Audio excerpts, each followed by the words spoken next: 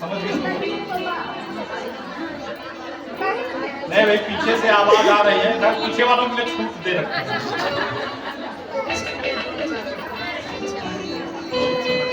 एक दिन भगवान उद्धव जी से कहे कि देखो भाई, अब हम प्रभास क्षेत्र में जाकर भजन साधन कुछ करेंगे, दान पुण्य करेंगे, अनिष्टों की निवृत्ति कैसे हो उसका कुछ उपाय करेंगे। अब भगवान के स्वधाम जाने का अभिप्राय उद्धव जी ने समझ लिया, प्रणाम किया, कहा कि हे देव हे योगेश्वर, अभिप्राय मैं आपका जान गया। अरे विप्र साप को भी शमन करने में आप समर्थ हैं, परंतु ये सब आपकी इच्छा से हो रहा है। लेकिन हे प्रभु, जब आप स्वधाम चले जाएंगे तो आपके चरणों से मैं पृथक नहीं रहना चाहता, कोई उपाय बताइए। तो भगवान कहते हैं कि हे उद्धव, विप्र श्राप से मेरा समस्त कुल नष्ट प्राय हो चुका है और मेरे जाने के बाद ठीक 7वें दिन यह द्वारिकापुरी समुद्र में विलीन हो जाएगा। और तुमसे मैं यही चाहता हूं कि इस धराधाम पर मत रहना, क्योंकि अधर्म में रुचि रखने वाले सभी कलयुग के प्राणी इसमें उत्पन्न हो जाएंगे, धरती तुम्हारी रहने के योग्य नहीं रह जाएगी। तो करना क्या होगा? तो मुझ में यानी श्री कृष्ण में मन को समर्पित करके समदृष्टा बनकर इस धरती पर तुम विचरण करो। तो उद्धव जी ने कहा कि हे योगेश्वर, तब एक चीज आप बता दीजिए कि सन्यास का लक्षण क्या है। तो बड़ा ही सुंदर उपदेश देते हैं। दत्तात्रेय जी 24 गुरु बनाए थे अपने जीवन में, उन 24 गुरुओं का उपदेश देते हैं। 24 गुरु कौन कौन बनाए थे? पृथ्वी, वायुर आकाशो, अग्निश्चंद्रमा रवि, कपोतो, अजगरः सिंधु, पतंगो मधुकृतगजः, मधुहा हरिणो मीनः, पिंगला कुररोर्भटः, कुमारी सरकृत सर्प, पूर्णनाभिः सुपेशकृत। 24 गुरुओं का उपदेश बताकर उसका सारांश ये बताते हैं कि देखो उद्धव, जैसे जब हंस दूध पीता है तो पानी छोड़ देता है, ऐसे ही संत जो होते हैं वो गुणग्राही होते हैं, यानी संत अच्छे को ग्रहण करते हैं और बुरे को त्याग देते हैं। जड़ चेतन गुण दोष में विश्व कीन करतार, संत हंस गुण गहि पै परिहरि बारी विकार। रामचरितमानस में रूप है।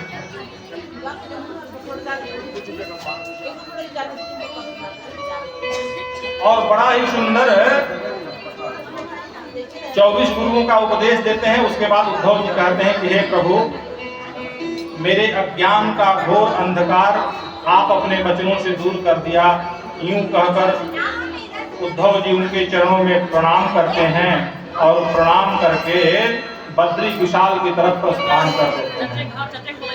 इधर प्रभु यदुवंशियों के साथ, देखिए थोड़ा सा 2 मिनट बहन जी, 2 मिनट और कंसल्टेंट हो जाइए। कल मैं कहा था कि आप लोग मेरे तरफ देखिए, मैं आपके तरफ देखूंगा, तो इसमें एक हमारी बहन है वो मजा ले रही है। कोई बात नहीं है, समय होता है सबका, हम भी किसी दिन मजा ले लेंगे।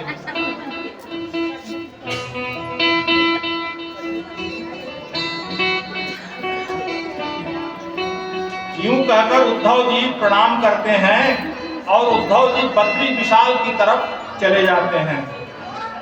और यदुवंश जितने यदुवंशी हैं सब प्रभास क्षेत्र में जाते हैं और मदिरांध हो जाते हैं, मदिरा पान करते हैं और मदिरांध होकर अपने बुद्धि को विकृत कर देते हैं। अब समझ लीजिए यह कथा कितनी बड़ी सीख दे रही है।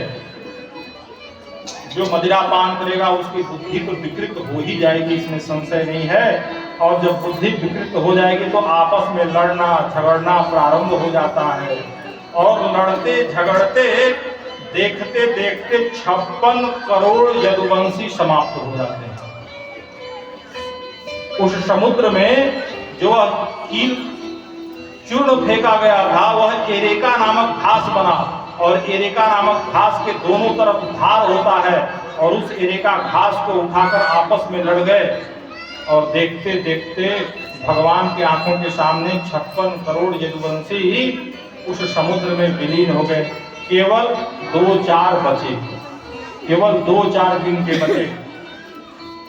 भगवान एक वृक्ष की छांव में पैर पे पैर चढ़ा के और अपने श्री चरण को ऐसे रखे थे। एक बहेलिया, वही बहेलिया जो बाण बनाया था उस चूर्ण से, भगवान के चरणों को मृग समझकर बहेलिया बाण का संधान करता है और वह बाण प्रभु के चरणों में लगता है। जब बहेलिया पास में जाता है तो भगवान को जब देखता है तो रोने लगता है, क्षमा मांगता है कि हमारे अपराध को क्षमा करिए। भगवान कहते हैं कि तू डर मत, ये सब मेरी इच्छा से हुआ है। और बहेलिया को कहते हैं कि तू स्वर्ग में निवास कर और जो प्राप्ति बड़े बड़े पुण्यवानों को होती है वह बहेलिया भी अपने देह को त्याग करके भगवत धाम को चला जाता है और अपने सारथी दारुक को बुला के भगवान कहते हैं कि द्वारिका में जाकर घोषणा कर दो कि आज के 7वें दिन द्वारिका पूरी समुद्र में डूब जाएगी, इसलिए सारे लोग द्वारिका खाली करके चले जाएं। दारुक प्रभु की आज्ञा को पाकर प्रभु का संदेश पहुंचाने द्वारिका चला जाता है।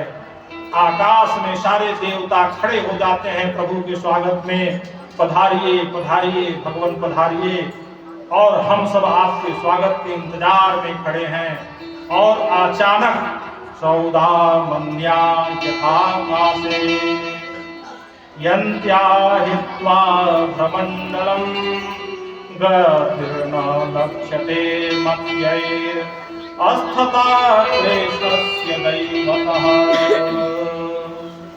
कहते हैं सुखदेव जी कि हे परीक्षित, जैसे आकाश में बिजली चमककर गायब हो जाती है, ऐसे ही गोविंद का जो सांवला सदोना सूरत विग्रह है वह दिव्य दिव्य भव्य प्रकाश में परिणत हो जाता है। और वह प्रकाश कहाँ गायब हो जाता है कोई जान नहीं पाता है। और वही तेज स्वकीय यद भवत्तेजः तच्च भागवतो दधात् तेनेवांगमयी मूर्तिः प्रत्यक्षा वर्तते हरः। और वही भगवान का तेज श्रीमद् भागवत में आकर विराजमान हो जाता है और श्री हरि की यह शब्द प्रतिमा श्रीमद् भागवत। बोलिए श्रीमद् भागवत महापुराण, बोलिए द्वारिकाधीश भगवान की, बोलिए कृष्ण कन्हैया लाल की। भगवान परम धाम चले गए।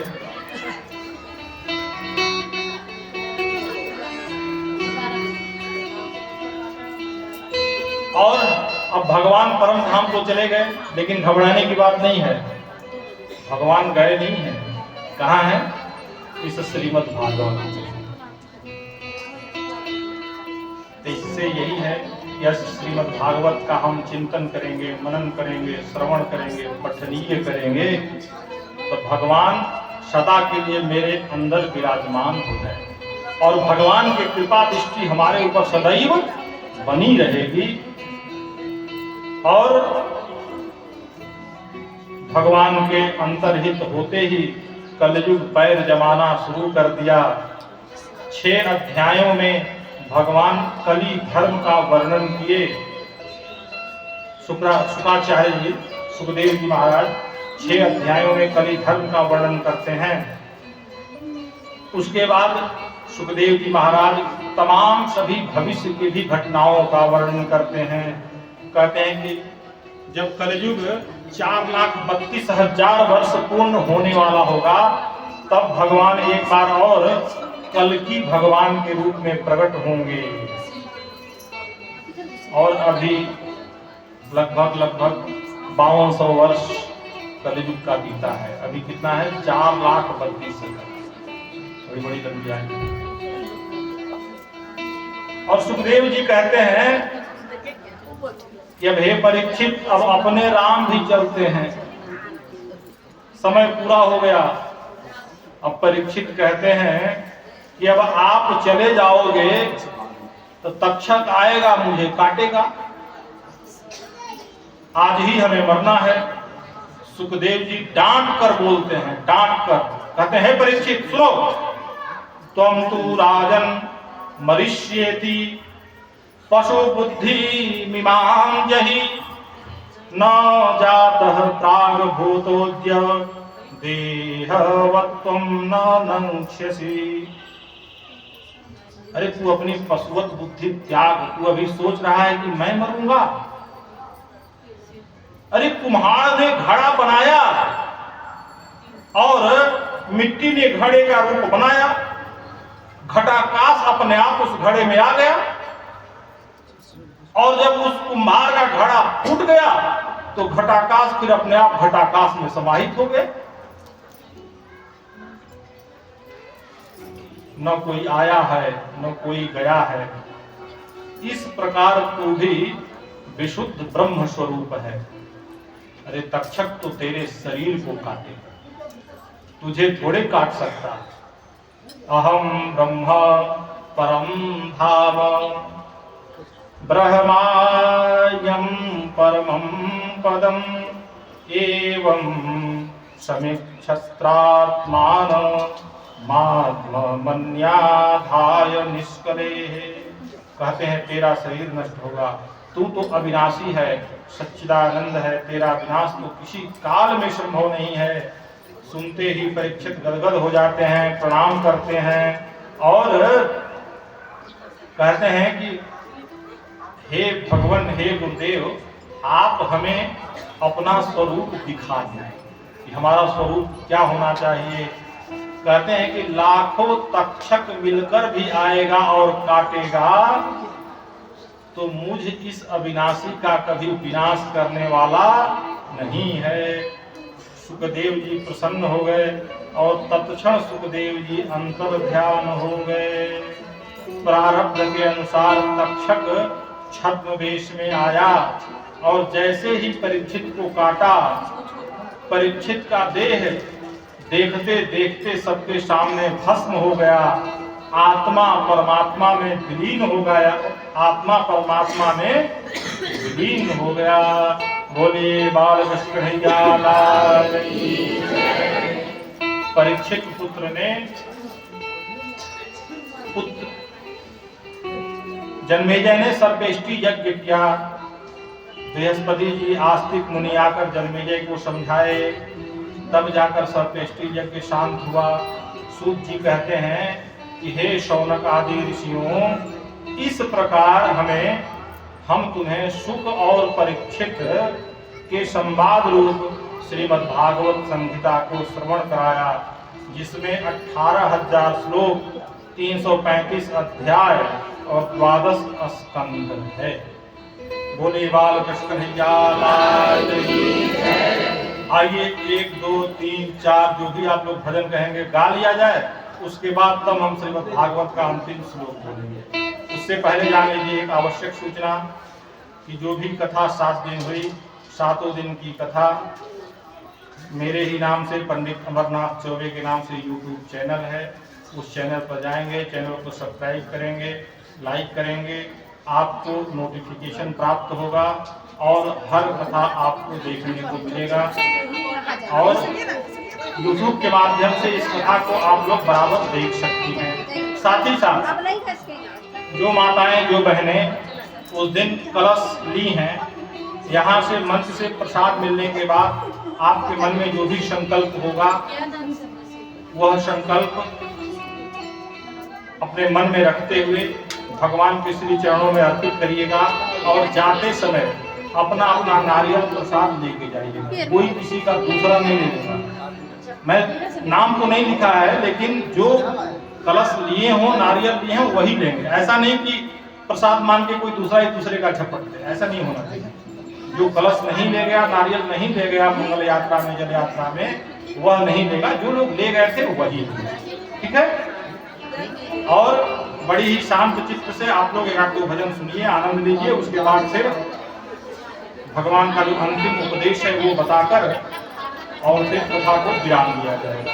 फिर जब ऐसे पुनीत अवसर प्राप्त होंगे तो फिर भगवान की कथा होगी, फिर मैं आऊँगा। आप लोगों के बीच से किसी की इच्छा होगी कि फिर बुलाया जाए तो फिर मैं आऊँगा, फिर आप लोगों को मैं कथा सुनाऊंगा। एक बार बोले बालकृष्ण कन्हैया लाल की जय।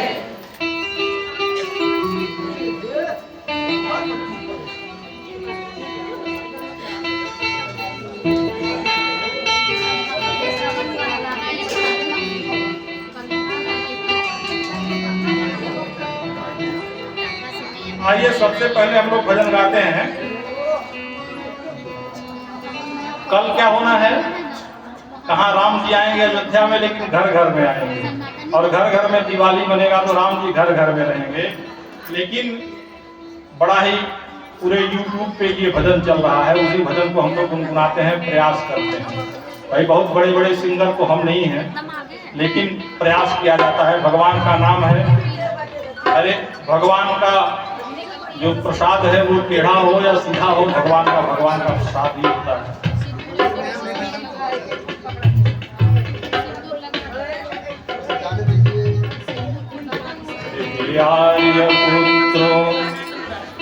आर्य पुत्रो हे राम भक्तो, आर्य पुत्रो हे राम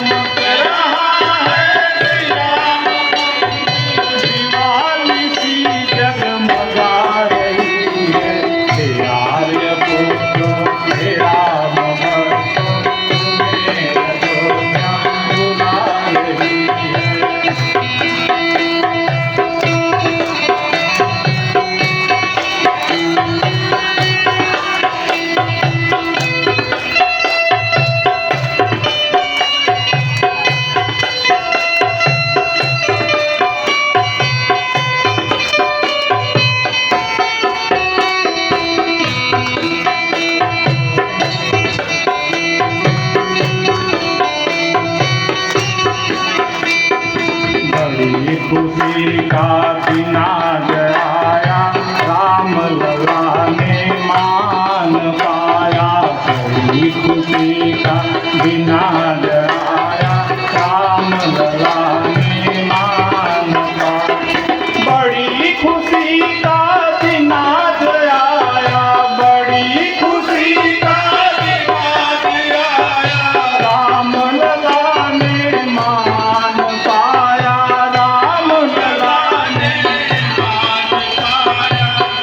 आर्य पुत्र हे राम भक्तो, आर्य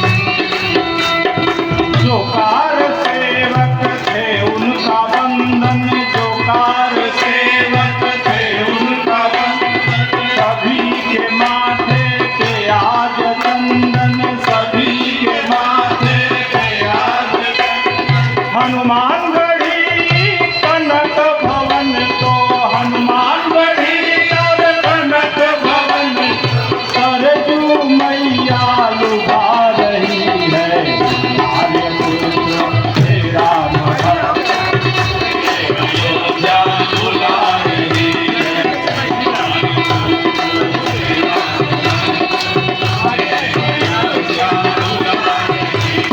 दमक रहा है श्री राम मंदिर दमक रहा है श्री राम मंदिर दमक रहा है श्री राम मंदिर दमक रहा है श्री राम मंदिर दिवाली की जगमगा रही है हे राम भक्त तुझे अयोध्या बुला रही है हे राम भक्त हे आर्यपुत्र तुझे अयोध्या बुला रही है तुझे अयोध्या बुला रही है तुझे अयोध्या। लेकिन 22 तारीख तक सबको चलना है ना। जय श्री राम जय श्री राम। देखिए ये तो जिले से बाहर नहीं गई, अयोध्या पहुंचना चाहिए आवाज। जय श्री राम जय श्री राम जय श्री राम। अब जिला पार कर गया।